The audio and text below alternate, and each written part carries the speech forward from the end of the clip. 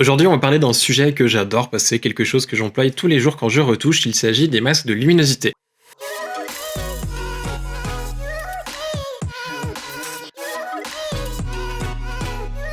Les masques de luminosité, il y a plein de manières de les faire. J'en ai déjà d'ailleurs parlé dans des précédentes vidéos. Je vous ai montré comment les faire avec les canaux, je vous ai montré comment faire ça avec des courbes, avec des sélections, avec plein de choses. Sauf le problème, c'est que toutes les techniques que je vous ai montrées jusqu'à maintenant ne sont pas dynamiques. Ça veut dire que du coup, si vous changez quelque chose en dessous, dans un flux de travail non destructif, vous allez devoir refaire votre masque de luminosité, ce qui n'est pas forcément très pratique.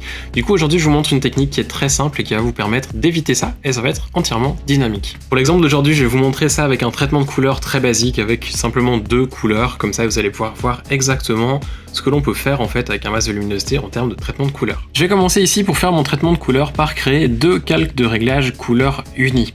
Dans le premier, je vais mettre une sorte de jaune orangé, et dans l'autre, que je vais dupliquer le premier en fait, commande ou CTRL J. Dans le deuxième, celui qui est en dessous, je vais prendre simplement une couleur qui est autour des bleus. Je vais simplement le prendre un petit peu plus vers les violets, un petit peu électrique, et je vais prendre quelque chose de foncé.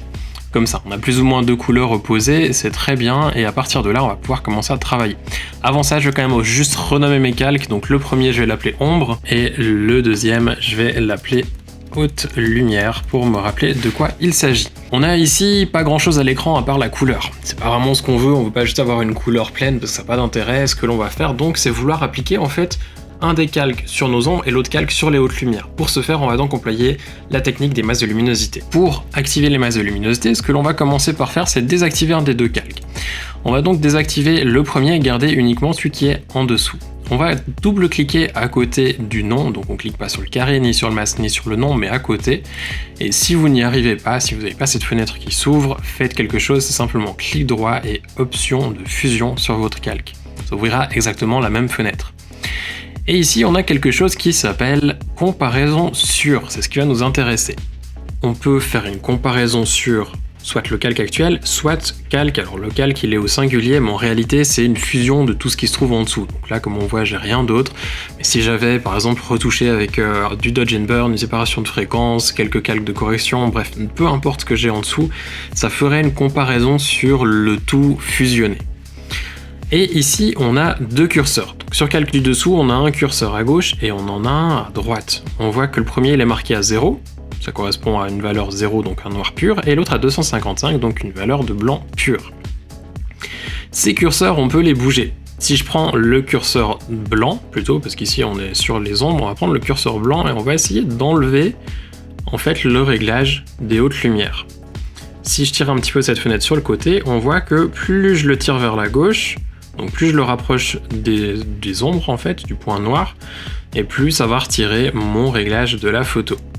Vous allez me dire que c'est bien joli, le problème c'est que le rendu il est juste dégueulasse. Effectivement que la transition d'une zone à l'autre est vraiment pas géniale, mais je vous ai menti, il n'y a pas 2 curseurs, en vrai il y en a 4.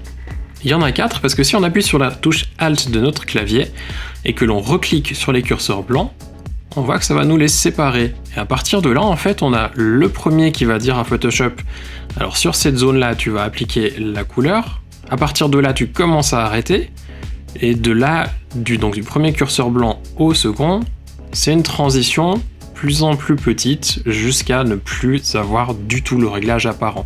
Donc ça nous fait en fait une sorte de contour progressif si c'était un masque que l'on dessinait. Donc ici ce que je vais faire c'est simplement l'enlever des hautes lumières et le garder uniquement dans les zones sombres et un tout petit peu dans les tons moyens. Je vais cliquer sur OK et ensuite je vais le désactiver et me rendre sur celui qui est en dessus. Je vais faire exactement la même chose, donc double clic à côté du nom du calque et ensuite on a aussi la comparaison sur. Ici on veut faire l'inverse, c'est-à-dire qu'on veut enlever des tons sombres, donc on va tirer notre curseur noir vers la droite et ensuite on peut comme tout à l'heure créer notre 4 curseurs en appuyant sur Alt. Comme ça on en a 2 pour les zones noires. Et ici, on peut décider exactement où est-ce que l'on souhaite appliquer ce réglage. Je vais faire OK. Et maintenant, on a donc notre traitement de couleur qui est quasiment fini. Il nous reste juste à ajuster éventuellement nos couleurs et changer les modes de fusion de nos calques. Le ton foncé, je vais les mettre en lumière tamisée pour avoir un peu plus de contraste et avoir un petit peu la couleur, mais pas trop forte. Et les hautes lumières, je vais essayer aussi lumière tamisée, mais je pense que la couleur sera un petit peu forte. Je vais donc aller dans le petit carré, double clic.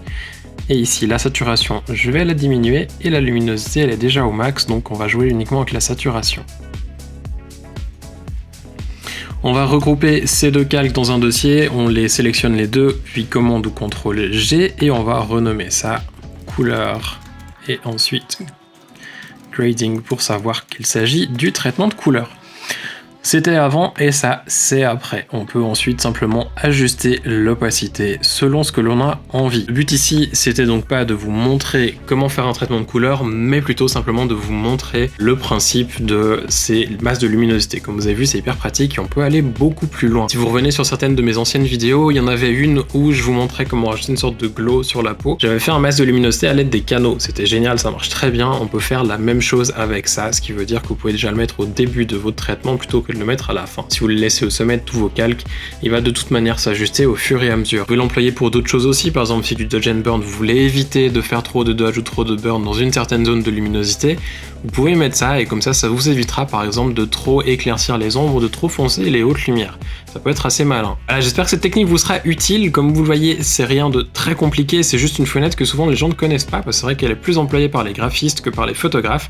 Donc n'hésitez pas à vous balader aussi un petit peu dedans, il n'y a pas grand chose d'intéressant pour les photographes, mais cette fonctionnalité-là, en tout cas, elle est hyper intéressante. Amusez-vous avec, essayez de chercher d'autres utilisations que ce que je vous ai montré là, parce que comme je vous l'ai dit, il y en a tout plein. Avant de partir, n'oubliez pas de laisser un petit pouce vers le haut, un commentaire en dessous aussi pour me dire si vous employez déjà cette technique, si vous préférez d'autres moyens de faire les masques de luminosité, ou alors peut-être si vous avez découvert un moyen de l'utiliser de manière vraiment super et que vous voulez le partager avec d'autres personnes. Si vous n'êtes pas encore abonné à la chaîne, n'oubliez pas de vous abonner, il y a le bouton, je sais pas, par là autour. Et puis en attendant les prochaines vidéos, je vous souhaite de passer une très belle journée. À bientôt!